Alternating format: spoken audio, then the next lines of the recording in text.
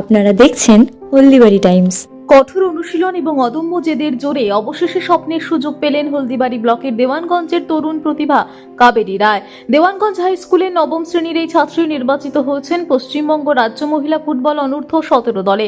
তার এই সাফল্যে গর্বিত পরিবার, স্কুল এবং এলাকার ক্রীড়া মহল। স্কুল জীবন এবং পড়াশোনার পাশাপাশি কাবেরী নিয়মিত ফুটবল অনুশীলন চালিয়ে গিয়েছেন। স্কুল ছুটির পরে দেওয়ানগঞ্জ কোচিং ক্যাম্পে তিনি কঠোর প্রশিক্ষণ নিতেন। তার কোচ এবং স্কুলের শিক্ষকদের মতে কাবেরীর মধ্যে ফুটবল খেলার প্রতি সহজাত প্রতিভা এবং শেখার দারুণ আগ্রহ রয়েছে। দেওয়ানগঞ্জ কোচিং ক্যাম্পের একজন কর্মকর্তা মন্তব্য করেন, কাবেরীর এই নির্বাচন প্রমাণ করে যে মফস্বলের মেয়েরাও সঠিক সুযোগ ও প্রশিক্ষণ পেলে জাতীয় স্তরে নিজেদের প্রতিষ্ঠা করতে পারে। আমরা আশা করি আগামী দিনে সে দেশের জার্সি পরে মাঠে নামবে। কাবেরী রায়ের রাজ্য দলে সুযোগ পাওয়ায় উত্তরবঙ্গের মহিলা ফুটবলে এক নতুন দিগন্ত উন্মোচিত হলো বলেই মনে করা হচ্ছে।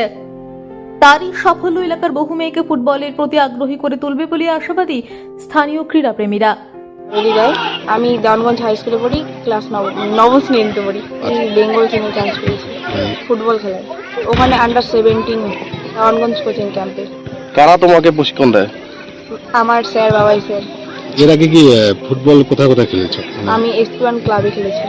আচ্ছা, আর অন্যান্য এমনি ডিস্ট্রিক্ট লেভেলে খেলেছি। আমি একাই পেয়েছি। কেমন লাগছে? ভালো লাগছে। ডিফেন্স। প্র্যাকটিস কি এই মাঠেই করা হয়?